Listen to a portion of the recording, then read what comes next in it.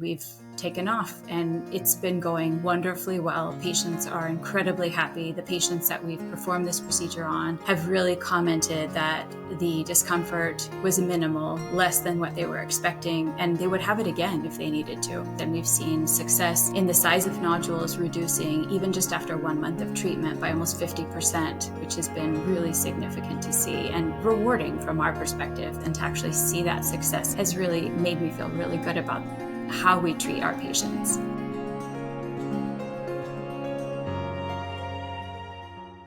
Welcome to Save Your Thyroid, a podcast all about thyroid nodules. My name is Jennifer Holcomb, and I advocate for fellow patients suffering with this very common condition. Thyroid nodules impact 70% of adults in their lifetime, and the standard of care is surgical removal of half or all of the gland. But in recent years, safe and effective non-surgical treatment options have become available. In this podcast, I sit down with patients and physicians to discuss life with thyroid nodules, treatment options, and how to save the thyroid whenever possible. Today's guest is Dr. Priya Shah, an endocrinologist practicing in Orange, California. Dr. Shah has achieved the nationally recognized distinction of Endocrine Certification in Neck Ultrasonography. She has served on the board of directors for the Clinical Association of California Endocrinologists and has been until recently a program co-chair for the Hot Topics in Primary Care series, educating primary care physicians on current trends in endocrinology. In today's discussion, we'll cover topics such as adopting RFA as a treatment option for thyroid nodules, the connection with thyroid nodules and other metabolic diseases, and how patients can better understand terms used in thyroid ultrasounds. Dr. Shah, welcome to the podcast.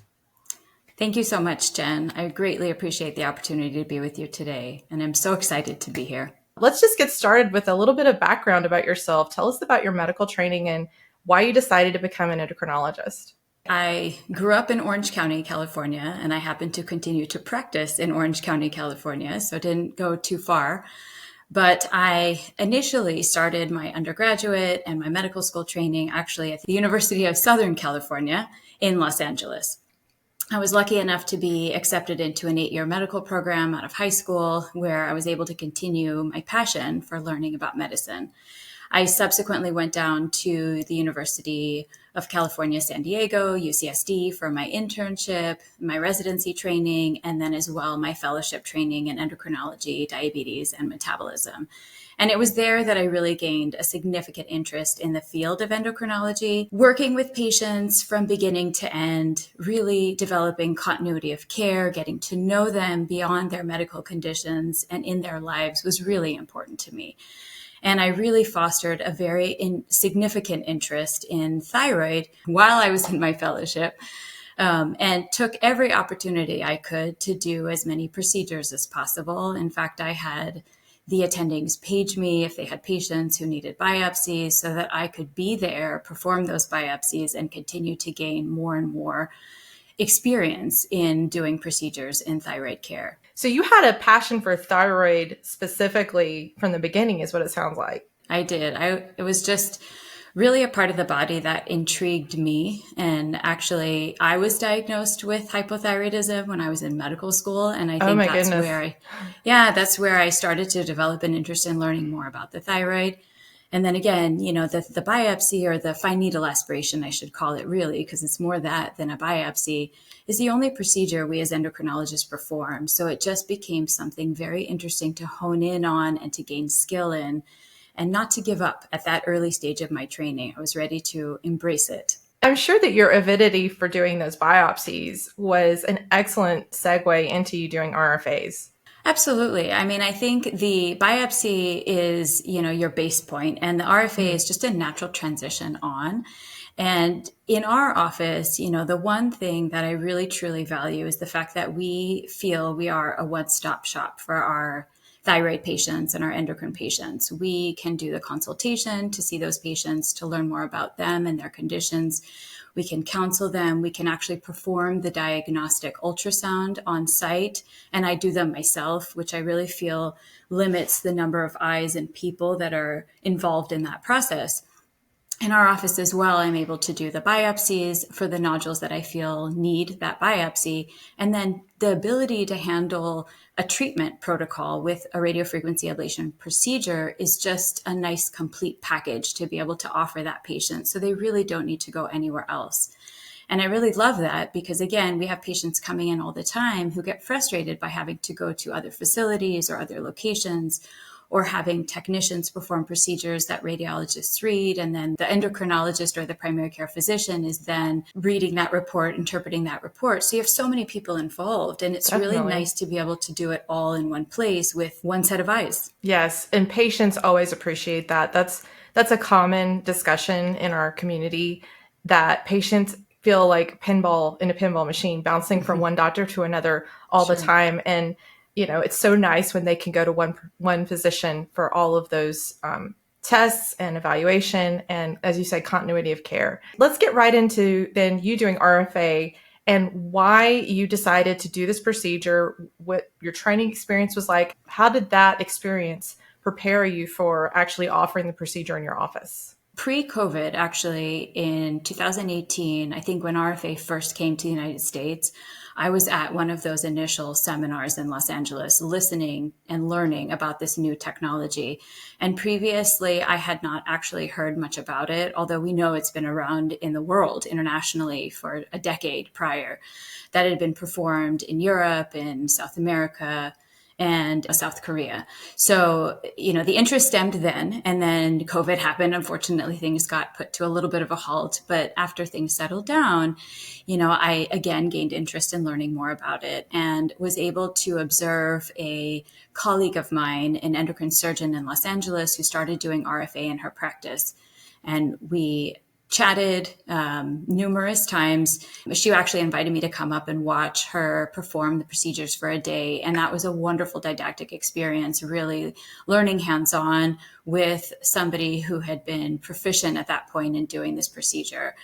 After that, we continued our education and training and actually attended the cadaver workshop in Phoenix, Arizona, where we were able to not only listen to lectures regarding the utilization of RFA, but also hands-on training that involved models and cadavers, which was a wonderful experience. To be able to perform this procedure, in a real setting was very effective. Of course, humans alive are not cadavers, so it's not exactly the same, but certainly it's a wonderful opportunity.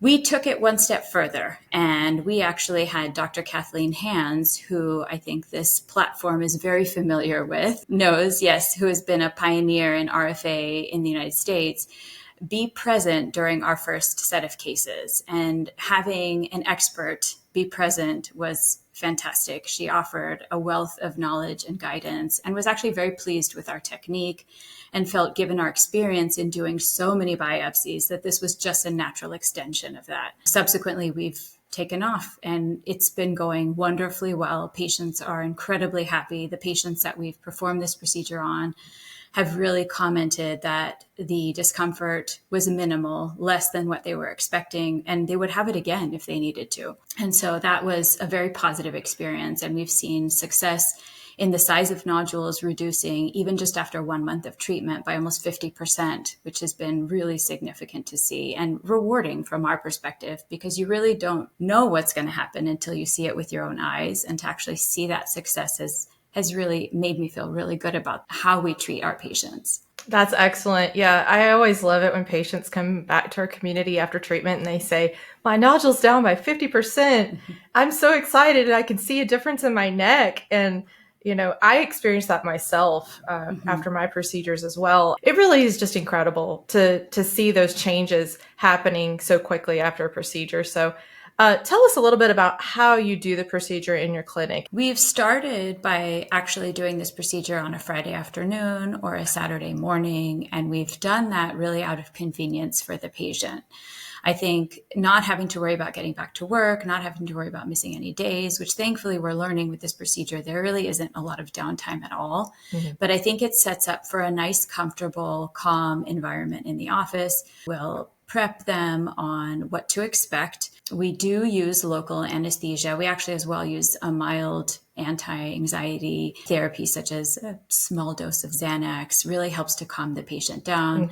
Use local anesthesia, essentially just to numb the skin surface and the capsule of the thyroid. And that really tends to bring a lot of comfort to the patients, wherein, again, they are very involved in the procedure. We are speaking to them the entire time, but they really don't comment that there is any pain. And that's very helpful. I agree. I think that having this procedure was actually easier for me than a biopsy because it was so comfortable. And yes, that anxiety medication does help quite a bit. Patients comment that that is very helpful and wanted. So what about the interest in your patients? How has that been in your current patient population? And have you had any patients that have come to see you specifically looking for this procedure that weren't already your patients? We have actually. We've had a couple patients come in. Ironically, those patients who've come in outside of the practice seeking this particular procedure are not necessarily candidates that would be appropriate for this procedure, which I think is also a very important distinction to make. Just because we have a procedure available doesn't mean that we perform it on every patient with a thyroid nodule. We really have to be very selective in the right patients. If they're not going to be a good candidate, it's very important that we recognize that and the patient recognizes that up front. We treat them, we do what is best, at least what we hope, and educate them on what we feel is best for them. Most of the patients, in fact, that we have done this procedure on have been patients of the practice. And whether they've been longstanding patients or a few visits in, they've been very interested in the technology. Once they learn about the opportunity for something that will spare their thyroid, for something that will potentially spare them from needing to be on medication lifelong, they have a lot of interest in that. And I think as our patients age as well, there is concern over general anesthesia and just surgical risk in general. And most patients are really interested in doing less if they can get away with it. And so it has been very significantly popular in our patient population. And again, selecting the right patient, discussing timing with that patient and when it makes sense to perform this procedure has become very important in our practice. Treating everyone is not necessarily the best course of action. This procedure is not appropriate for everyone. One thing a lot of patients want to know is, do I need to have all of my nodules treated? And I think you just kind of alluded to that in your statement about how some patients, it's not really time yet. They have a little bit more time. Absolutely. I think the guidelines for using radiofrequency ablation will allow us to perform the procedure on nodules anywhere at 2 centimeters and above. Obviously, there is a cut point at which a nodule may be too large to consider it, or else the patient needs to be aware that one treatment may not be sufficient. But a 2 centimeter nodule, if it's in the middle of the lobe of the thyroid where it doesn't look like it can be causing compressive symptoms for that patient and has been stable for the last 2 or 3 years, may not need this procedure. And I think that's where the distinction of an endocrinologist actually performing the ultrasound with their own eyes can be very helpful, because seeing a report discussing the size of a nodule really doesn't tell you necessarily where it is, or if it's putting pressure on the capsule of the thyroid, or could it be near the esophagus. Those elements really are important to be able to distinguish with one's own eyes. So I think that, in the right setting, again, for a patient whose nodule really could be contributing to the symptoms that they are describing, are going to be nodules that are more likely to be treatable. Everything is treatable. I suppose those are nodules that I would feel more comfortable being able to tell my patients that they are likely to achieve a successful outcome and some degree of relief in their symptoms. If I don't think this procedure is going to help their symptoms, then I don't think that we need to necessarily perform it. I think that's the key, is just being very realistic with your patients and really understanding, well, what else? What else could be contributing to those symptoms? Let's delve into that a little bit more, because I don't want to do something and you don't want to do something that's not absolutely necessary.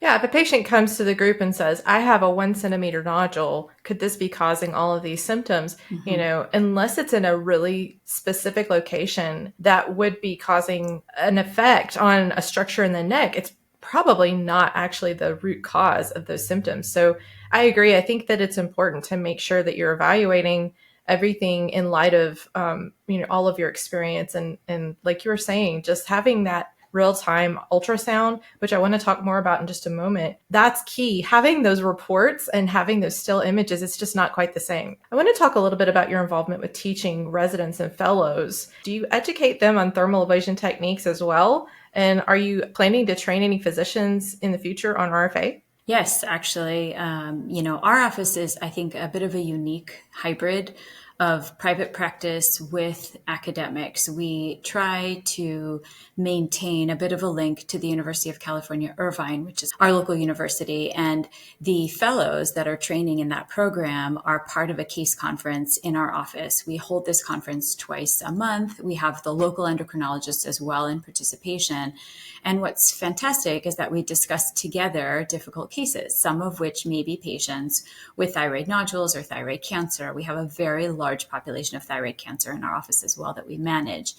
So this training session is vital, I think, for all of our education, and what's nice about it too is we tell our patients, listen, you have a particular case that I want to bring to a group, a bigger setting of 11 to 12 endocrinologists. Let's get a group opinion. It's not just me then. It's a lot of people who are giving you their educated opinion about what to do next. And patients love that too, and we feel that we are providing that excellent level of care for the patients to be able to bring that community to them. So in this particular CASE conference, we discuss cases, but we also talk about what is new in thyroid specifically. We do some teaching when it comes to ultrasound technique, when it comes to FNA technique. And we do that for the benefit of the fellows. And our office is an open door to them to come in and actually get some real time and hands-on training at their disposal that's available to them. We even have our fellows in the pediatric world who practice at CHOC, which is the Children's Hospital near us. They are also involved in this conference. And they are also, always invited to come to the office as well, because again, we are seeing more and more of these nodules in our pediatric population as well. So one step further in the future, as we become more proficient in this, will be to train our colleagues in the endocrine field on RFA technique as well. So we're really excited about that possibility. Just like Dr. Hands took wonderful time and energy and effort with us, we are hoping to basically give back to the community and do that for our colleagues as well. That's amazing. And patients are going to be so excited. So I appreciate that you're doing that work. And you've also been involved in educating primary care physicians. It's called Hot Topics in Primary Care series with the Clinical Association of California Endocrinologists. Have you done any work with them regarding RFA and educating that community? Yeah, this has been something very dear to my heart. The Clinical Association of California Endocrinologists is the largest organization in California of endocrinologists. We are a large group of 600 members, actually, and we really serve to train not only each other, so the endocrine community, but our primary care colleagues. And this organization has been in existence for decades now. It's been a very effective form of communication with colleagues. And it started actually with educating primary care physicians in communities in which there weren't too many endocrinologists. So remote areas of California where primary care doctors really had to step up and do more endocrinology than perhaps they wanted to, or, but needed to. And now it's expanded to even larger communities where endocrinologists are present as well. I think we all know, however, that endocrinologists are almost an endangered species. There are fewer of us than patients, and our patient population keeps growing, and so do the conditions that we manage. So again, education is really important so that we can empower our fellow primary care colleagues to be able to provide services to those patients as well. That extension onto management of thyroid nodules is very important because as time and technique and guidelines evolve and treatment options as well with RFA, I think what's relevant is being able to train them not to send these patients directly to surgery for large nodules, but to think for a moment about the possibility that there may be another technique that could be utilized. And so I think making them aware of this technique and making them aware of their fellow endocrinologists who have the opportunity to do various things within their office is really important. Absolutely. I completely agree. And one of the goals of our Save Your Thyroid community is actually to provide educational resources for these primary care physicians, hopefully that our patients can be providing to them when they see them, for them to understand what these patients have either undergone already or are seeking. My own personal primary care physician has never had any experience with RFA or any other thermal ablation procedure but with Sure. me. So thankfully, they've been very supportive, and I'm very grateful for that. In contrast to that, my local ENT physician was very much against it and was not interested in hearing any more about it. So I think that educating these primary care physicians is going to be very important. And is there any way that the Save Your Thyroid community can partner with you in that effort? I would love that. I mean, I think, Jen, what you are doing and what you've done thus far in providing this voice, both to and from the community, I think is really helpful, because I think we as endocrinologists, we're busy, we're seeing our patients, we're taking care of those, who are in front of us, but we forget sometimes that extension into the community to patients who may not know, or patients who may not even have a thyroid issue or an endocrine issue yet, right? And hopefully never will. But I think, the voice to the community and the platform to the community as well has been really beneficial and will continue to be that way. I think there's so much, unfortunately and fortunately, on the internet and in social media that is inaccurate information. Mm-hmm. And to have a forum of accurate information that is being disseminated to the population is really helpful. So I would love for Save Your Thyroid to be partnered even with the Clinical Association of California Endocrinologists to provide another forum for patients. I would love for patients to even participate in the conference and be present during these lectures to give their experiences, real time, because I think that carries a lot. I appreciate that. I think that definitely that communication between physicians and patients is so important.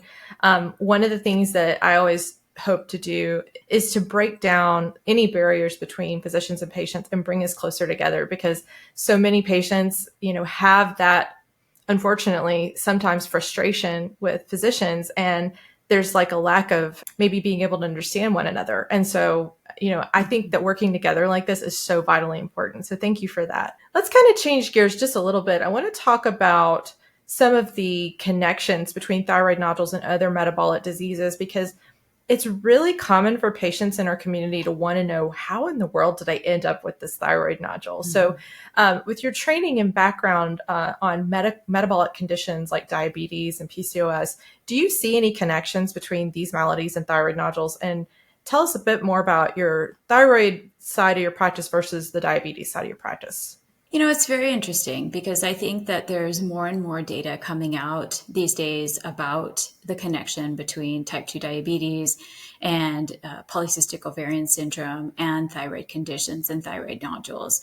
And while we don't know a lot, and certainly there's not a very clear causal connection, so meaning a patient with polycystic ovarian syndrome, it's not that the PCOS causes the thyroid nodule, it's that there's an association. Mm-hmm. So what we're finding is patients with PCOS, for example, have more thyroid disease, and that actually patients with hypothyroidism can have potentially cysts on their ovaries, not necessarily PCOS.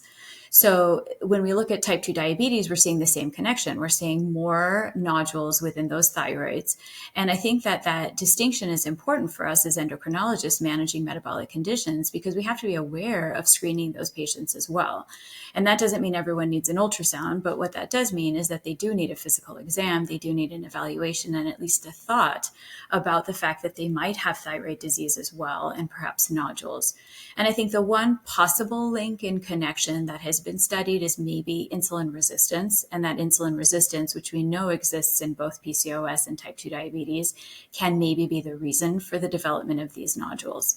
But again, we just don't know enough, unfortunately. In my practice, actually, we have, I would say 50% thyroid that we manage. Like I said, we have a very large population. Probably in our community, we are the largest physician group that manages thyroid cancer patients.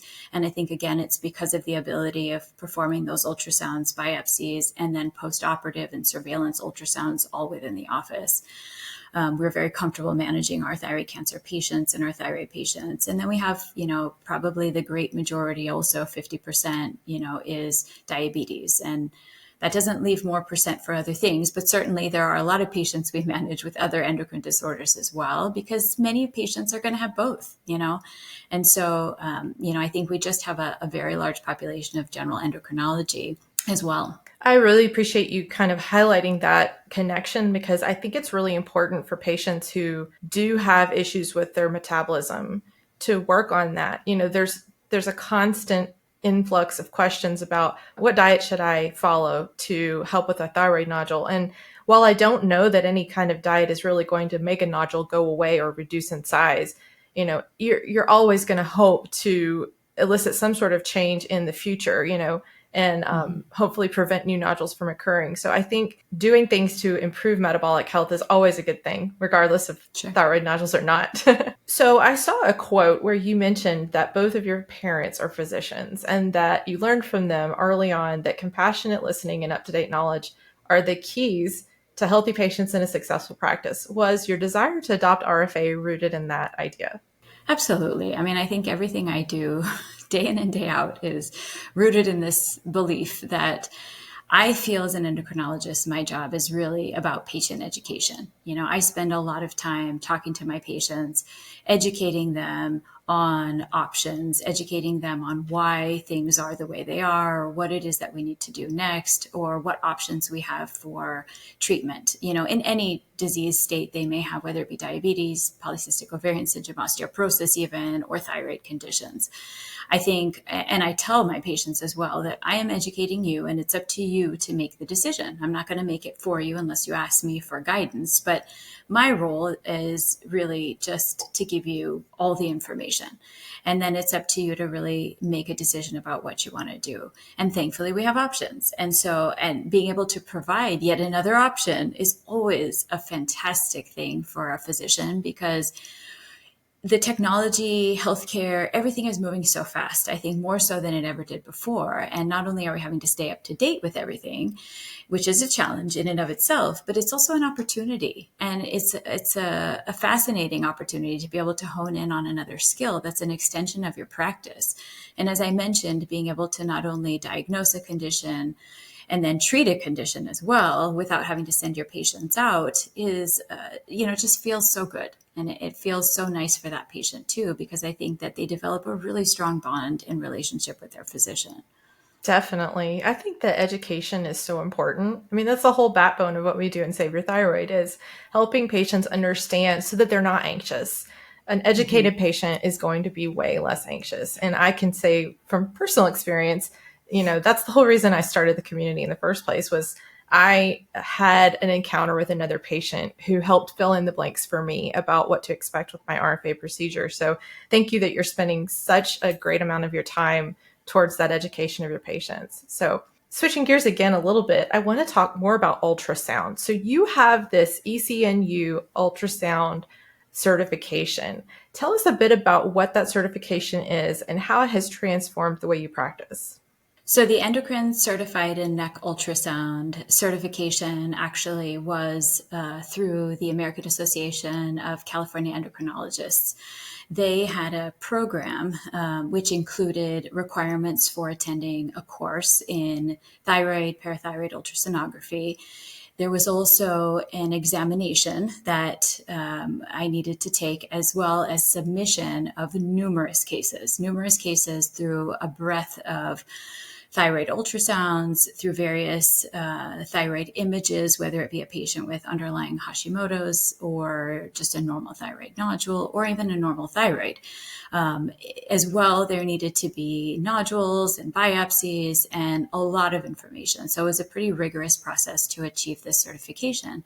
But what it gave me was, again, just more and more experience in performing these ultrasounds, because ultrasonography, when it came to actually doing diagnostic ultrasounds, was not a large part of my fellowship training. And I think for most endocrinologists, it's not a large part of their training. Biopsies, yes, but the actual ultrasound component is not. And so taking this additional step, I think, has really given me a great foundation for being able to feel confident and comfortable in my technique, and again, trust what I see. I think it's a great extension to the patients as well, because again, it allows me to feel that I'm not missing anything. There'll be a number of times where I will differ in opinion with an ultrasound report that comes in from the outside, and I'll be able to, in front of the patient, show them the images and explain to them what I'm seeing. And I think that technique is very important, again, when we talk about educating our patients.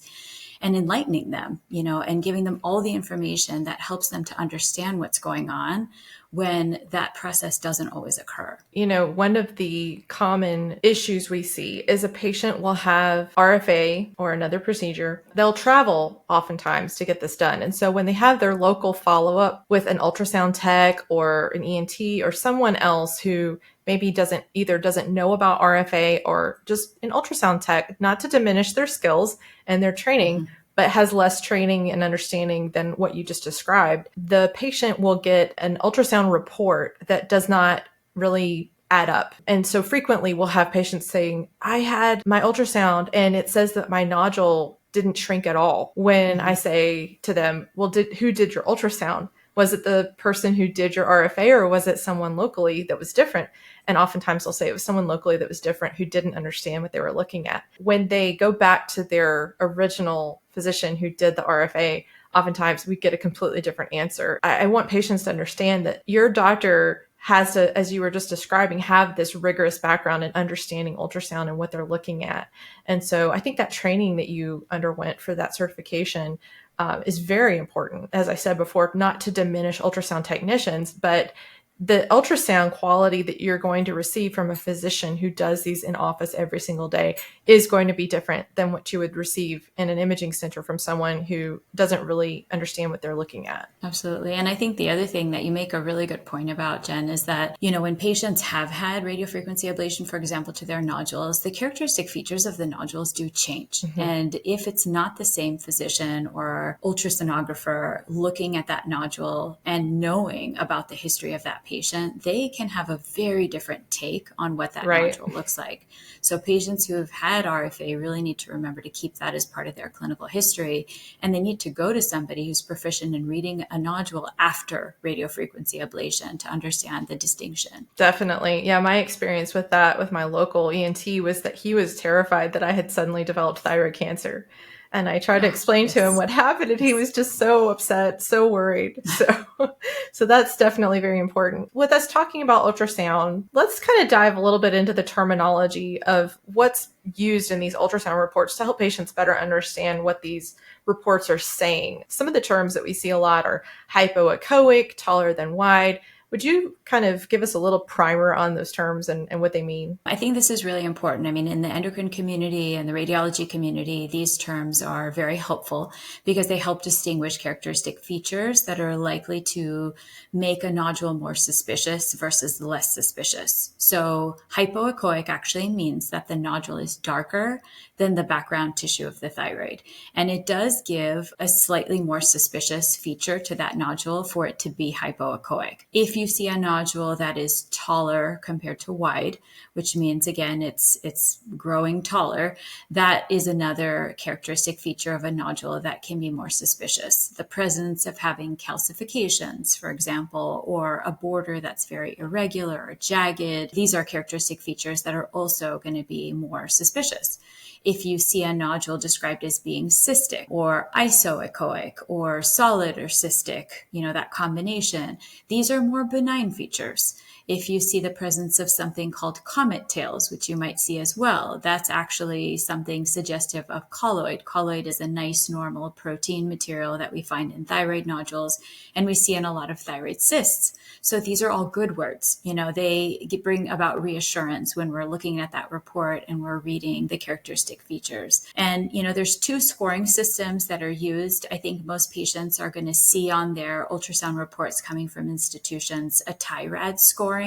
So they're going to see a nodule given a TI-RADS 3 or a TI-RADS 2 or a TI-RADS 4. So those scores essentially are points that are given for the features that I just mentioned. So if a nodule has calcifications, if it's hypoechoic, it achieves higher points. So you're going to have a higher TI-RADS nodule. Nodules that are cystic, most likely to be benign, are going to have a TI-RADS score of 1 or 2, just if they really don't have any features of concern. So it's very helpful when you're looking at a report to understand that. And endocrinologists use the American Thyroid Association, which is a similar guideline, but rather than a point system, it's essentially using exactly the same features, but it gives it a high suspicion, moderate suspicion, or low suspicion, or benign appearance based on exactly the same criteria. You mentioned to me that coming up here very soon, you're going to be involved with the 7th Annual Primary Care and Oncology Practitioner Symposium. Tell us a little bit about that and what that's going to be, a CME activity for physicians? It is actually. So it's a CME activity for physicians. It's an annual event that's put on by Providence, St. Joseph, the Cancer Prevention and Treatment Center. It is a fantastic opportunity, again, a nice forum for the community of physicians within Providence to receive updates in both diagnosis, management, and treatment of various conditions within cancer therapies, various cancers that are out there in the community. This particular discussion, I'll be talking about thyroid nodules and more specifically about how we have changed the management and treatment of these nodules in regards specifically to what nodules to biopsy, what nodules don't need a biopsy, how is that changing the practice of endocrinology, how is it changing the dynamics even of the prevalence of thyroid cancer? Because for a while we were seeing thyroid cancer rates increasing, and now we are seeing that those rates are not increasing as significantly. And part of that is based on some of the new stratification of nodules that's allowing us to be more conservative and not biopsy as many and maybe perform more active surveillance on a nodule that might look suspicious. I will be speaking about radiofrequency ablation as well, which I'm very excited about because I think for many of the physicians in the audience, it's actually going to be a very novel discussion about a technique that they haven't heard about for thyroid nodules. We know radiofrequency ablation exists for multiple other parts of the body, but to have it be utilized for thyroid nodules is something that many I know are not aware of. So I'm very excited about the opportunity to discuss that. That is an incredible thing that you're going to be helping all these physicians learn more about this. So thank you that you're going to be doing that. I'm excited to hear more about it. So with that, I think we have just a couple of questions from the Save Your Thyroid community. In what circumstances would RFA not cure hyperthyroidism? Hyperthyroidism is caused generally by 3 conditions. The first condition, and probably most common, is underlying autoimmune disease, whether it be Graves' disease or Hashimoto's. We see hyperthyroidism in this setting. The second is a condition of thyroiditis. Thyroiditis is an inflammatory condition that can be secondary to an infection. It can be even secondary to a large iodine load, such as after having a CT scan where we received iodine contrast. This is a sudden release of a significant amount of thyroid hormone. These 2 conditions would not be treated by radiofrequency ablation because there is no focal target. In a thyroiditis picture, you have a release of hormones, so you just need to wait for it to clear. And then in a underlying autoimmune disease, you have an entire thyroid that's inflamed, but also you have a stimulus with antibodies that is creating more production of thyroid hormone.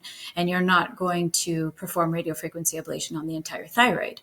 The third reason why patients can be hyperthyroid is actually from the presence of what we call an autonomously functioning nodule. So to have a nodule within the thyroid that's actually overtly producing thyroid hormone and producing it in a fashion that the rest of the thyroid remains relatively normal or maybe underactive because this nodule is really taking over. These nodules generally are not cancer. There's a less than 1% chance that they are cancer, and they are very well treated by radiofrequency ablation. I think what's really nice in this particular setting is that previously these patients either had the option of being on medication to calm down that overproduction of the thyroid if they had symptoms of overt hyperthyroidism. But that medication, of course, would need to be taken for life because the nodule is not going anywhere. Mm-hmm. The other possible treatment was to have radioactive iodine, specifically, trying to target that nodule. But again, radioactive iodine is taken up by the entire gland. So the possibility, of course, of treating normal thyroid exists. And then the possibility of needing to be on thyroid hormone replacement for life is also a potential. And then lastly, surgery. Surgery to remove the nodule or the lobe, of course, is also an option. A fourth option, which would be radiofrequency ablation, specifically targeting that nodule and leaving the remaining thyroid untouched, is actually really phenomenal. And I have a case of this coming up, and I'm really excited to see, what the outcome is in this particular patient, because if we can help her avoid the need for lifelong medication and decrease her symptoms, I think we have succeeded. So I'm very excited about this opportunity for treatment for this particular population of patients too. That is exciting, and I hope that it goes well. We see a lot of success stories about hot nodules being resolved without surgery. Those patients in particular are always so glad to not go from one extreme to the other, to go from hyperthyroidism to hypothyroidism. Especially those who, maybe know someone or have a family member who have hypothyroidism or even have undergone a thyroidectomy. They've seen what life is like without thyroid hormone coming from your thyroid gland. So those patients seem to be very grateful to have this as an option. So number 2 question from the community is, are there any long-term side effects of RFA? So far, no. In the data, most of the side effects that you're going to see or the complications have been minor, and they've really been transient. If patients are going to develop some voice changes, usually it's just post-procedure, maybe from some inflammation. And then once that inflammation and swelling decreases, the voice generally will recover. I think there have been rare reported cases of patients developing hypothyroidism post this treatment, but those numbers are incredibly low. I think most patients, again, who just experience very minor potential complications post-operatively really achieve full recovery. So there haven't been any documented long-term side effects from this procedure. In fact, our surgical colleagues who perform this procedure have also commented that if a patient at some point needed to have surgery, that is always going to be a concern. If you're doing a procedure on the thyroid, are you diminishing the success of a potential future surgery if it were absolutely necessary, or would it be difficult for that surgeon to perform that procedure? And they've really commented that it hasn't been, that it really hasn't changed the architecture that much, and it hasn't created even more complications for that surgery post RFA, which I think is really important to consider as our population of patients for RFA grows. I agree that the long-term side effects, first of all, we've not seen any in the community of anyone having continuous problems post-procedure. I mean, obviously the group's only been in existence for 4 years, but almost 99.9% of the patient population has nothing but positive things to say. We do have one patient in the entirety of the community who did have a permanent voice change that did not resolve, unfortunately. And, I don't know exactly why that is, but almost every patient that we've seen who has had a voice change, it has been after they went home. And as you said, caused by inflammation and swelling, not something related to their vocal nerve being compromised by the procedure. We have seen a very small number of patients who did have a transient voice change during the procedure. And as I said, all but one of those have resolved. So I think in a number as high as 8,000 patients that we have in our community, those are pretty good statistics. So, I mean, obviously only time will tell, but so far we have only positive things to say. And I think even when you look at the data overseas, it's the same over there. So, okay. So the last question I have from the community, and this patient says, this may be a silly question. I don't think there's any silly questions, but would these RFA doctors be willing to help monitor individuals who had out-of-state procedures for their annual ultrasounds? If they live locally to you, but they had their procedure done somewhere else, would you be willing to help with their follow-up? Absolutely. I think, as long as we have information from before so that we have evidence of what the nodule was prior to the treatment, and then now we're subsequently keeping an eye on it, that would absolutely be no problem at all. Communication is just the most important thing when it comes to all of this. Well, Dr. Shah, it's been a pleasure talking with you today. Thank you so much for answering all of my questions, for your dedication to educating your colleagues, your patients, and now everyone watching this video. I just appreciate your time today. Thank you so much. Oh, thank you, Jen. And I really want to thank you because I think this is a fantastic opportunity. I think, we as physicians are always trying to reach out to the community, reach out to people just to, spread more truthfulness and accuracy in medicine. And I think when there is such a large community of social media and internet, it's very hard. It's very hard to make sure that patients are being directed to the right resources, that patients are reading the right information. And so I think, again, to have somebody like you who is directing that focus and providing not only personal experiences from patients, but also physicians and academicians and colleagues who are really trying to pave the way, it really helps. And it really helps us too, because this is what we want to do. And in a way, you're giving us that opportunity. So thank you. I really do appreciate it. Well, thank you so much. And, it's always a pleasure to learn. I feel like I learned so much in today's conversation. And I think that is key, is the fact that we as patients are learning from you and being able to apply that knowledge and take it down the road with us as we go through this whole journey of treatment and life after RFA. I just appreciate what you are doing. So with that, we'll say goodbye. So thank you so very much, Dr. Shah. Thanks so much for listening. Please share this content and help others. If you need resources, testimonials, and support, please join our patient community. Save your thyroid. You can also find me on social media and Substack under the media handle It's Me Jen Again. Never forget to educate yourself and be your own advocate and save your thyroid.